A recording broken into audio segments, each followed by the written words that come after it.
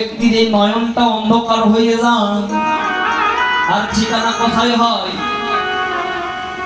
এই শ্মশানে হয়। যদি কোনো ব্যক্তির নয়নে একবার অমাবস্যা লেগে যায় জাগতিক জগতে, তাহলে তার জায়গা হয়ে যায় শ্মশানে ঘাট। পারমার্থিক জগতে যদি কোনো বাড়িতে, যদি কোনো বাড়ির ভজনের ঘরে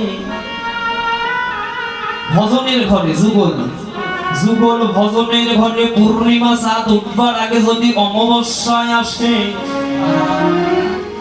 তখন ওই ব্যক্তির জায়গা কোথায়? জাগতিক জগতে কোনো ব্যক্তি যদি মারা যায় বাবা, তার জন্য 11 দিন 15 দিন 16 দিন অসহ্য পালন করি, কিন্তু প্রত্যেকটা দিন আপনি আমি যে মারা যাচ্ছি বাবা, আমাদের জন্য কয়দিন নিরামিষ সেবা করেছি, কয়দিন অসহ্য পালন করেছি মা। রাত বেশি হয়েছে, গুরুধরা ব্যক্তি একটা কথা বলে যাই বাবা, আমরা মনে করি, আমিও আগে মনে করতাম, যখন বিয়ে করলাম না তার আগে মনে করেছিলাম, বিয়ে করার পরও মনে করতাম বাবা এই কিছু নয়, বিয়ে করার পর মনে করলাম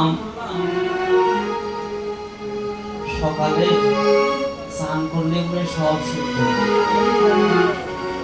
আমি মনে করতাম আর কোনো ঝামেলা নেই। জাগতিক জগতের গঙ্গার জলে মানুষ কখনো শুদ্ধ হতে পারে না। মনে রাখবে, লিখে নেন কথাগুলো। জাগতিক জগতের গঙ্গা মানুষ কখনো শুদ্ধ হতে পারে না। কেননা ওই গঙ্গা, যে গঙ্গায় অবগাহন করে, যে গঙ্গায় স্নান করে আমরা পাপ দূরীভূত করি না। এই যে বারুণীর স্নান, দৌড় মারবেন তো এই সব ভালো ভালো গঙ্গা যেখানে, ওই দিন মানুষের কোনো স্নান হয় না মা, ওই দিন গঙ্গার স্নান হয় মানুষ দিয়ে। ভাষাগুলো বুঝতে হবে, পঞ্জিকায় লেখা আছে শ্রী শ্রী বারুণী গঙ্গা স্নান, ওই জায়গায় কি লেখা আছে মানুষের স্নান? গঙ্গার স্নান লেখা আছে না বাবা? যদি মানুষের স্নান লেখা থাকতো, মানুষ গিয়ে স্নান করতো। রাগ করতেছে, রাত বেশি তো, অল্প ভক্ত তো কিছুদিন, বেশি ভক্ত হলে জ্ঞান যাওয়া হয়। ভালো লাগছে তাহলে এই যে গঙ্গায় আমরা যাই স্নান করবার জন্য, মানুষ, আমাদের স্নান হয় না। আমরা নদীতে নামলে, গঙ্গায় নামলে আমাদের স্পর্শে গঙ্গা শুদ্ধ হয়ে যায়। 10টা ভক্ত নামবে, 10টা ভক্তের মধ্যে যদি একটা বৈষ্ণব নেমে যায়, গঙ্গায় একদিন নিজেই ভগবানকে বলেছিল, হে ভগবান, এই জগতের সকলে আমার বুকের উপর পাপ তাপ দিয়ে যায়,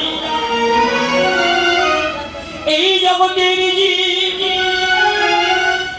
কত জীর্ণ শীর্ণ ময়লা যুক্ত আবর্জনা আমার ভক্তি বর্জিত করে। গত বছর কীর্তনে এসে দেখলাম প্রচুর জল হয়েছিল, এই যে মরা গাভী ভেসে যাচ্ছে, নিজে চোখে দেখা গত বছর। তাহলে যে গঙ্গার জলে মৃত গাভী থাকতে পারে, গাভী কি থাকা পর্যন্ত গঙ্গা পবিত্র থাকে? বাবা বলুন, যে গঙ্গার মধ্যে মাছ থাকে, মাছ আমরা ছুঁই না, অনেক ভক্ত আছে, আবার ওই মাছ আলা জলে যাইয়া ডুব দিচ্ছে। বাবা দেখছেন, সত্য হচ্ছে। আসল জলের খবর নাই। ওই যে লালন একটি কথা বলেছিল বাবা, আসল জল বাইরে ঢেলে, ওই যে আমার গুরুদেব হাসতেছে, আসল জল বাইরে ঢেলে ফেলে দিয়ে নকল জল নিয়ে টানাটানি। গঙ্গা বলল, ভগবান সবাই আমার বুকের উপর পাপ তাপ দিয়ে যায়, এই জগতে সকলের উদ্ধার হলো।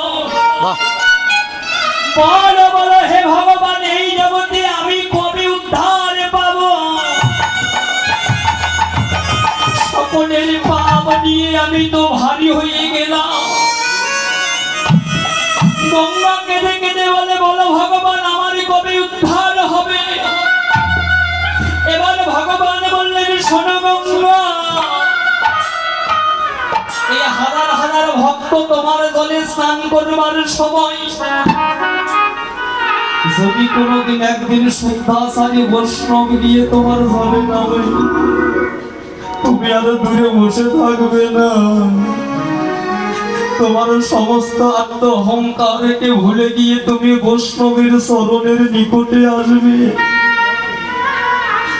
বৈষ্ণবের চরণের নিকটে এসে চতুর্দিকে ঘুরবে।